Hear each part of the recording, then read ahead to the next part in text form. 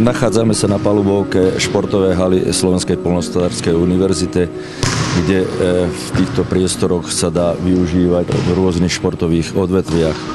Vidíme tu kúsok volejbalu, je tu priestor na basketbal, florbal, softbal, je tu priestor na korfbal. Myslím si aj rôzne iné spektrum športových odvetví, pretože tento priestor je dostatočne veľký a široký na to, že sa tu dajú realizovať viaceré pohybové aktivity. Bežne sú tieto priestory využívané pre študentov a zamestnancov Slovenskej poľnohospodárskej univerzity, ale takisto je možné využívať širokou nitrianskou verejnosťou každý priestor, ktorý sa v centre univerzitného športu nachádza.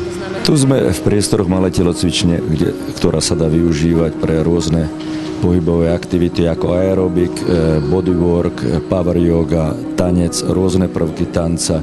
A je to priestor, ktoré hlavne dievčatá a ženy využívajú v hojnom počte. Nachádzame sa v posilňovni Centra univerzitného športu. V týchto priestoroch je možné využívať rôzne aktivity od aerobných programov až po anaerobné.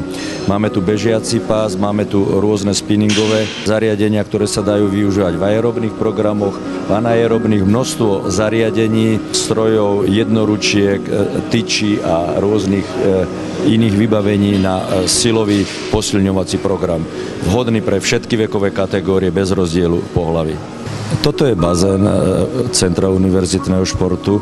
Je to 25 s 5 dráhami, kde voda od 100 cm až k tým vyšším hladinám je k využitiu na všetky spôsoby plávania, od základného plaveckého výcviku až po takmer kondičné plávanie a takisto pre rôzne rekreačné využitia. Náš bazén svojimi parametrami spĺňa všetky predpisy na konanie vrcholových plaveckých pretekov, pretože v minulosti plavecký oddiel bol na vrcholovej úrovni v rámci celého Slovenska, takže akékoľvek výkonnostné vrcholové plávanie je možné v športovej súťaživej forme využívať práve v týchto priestoroch.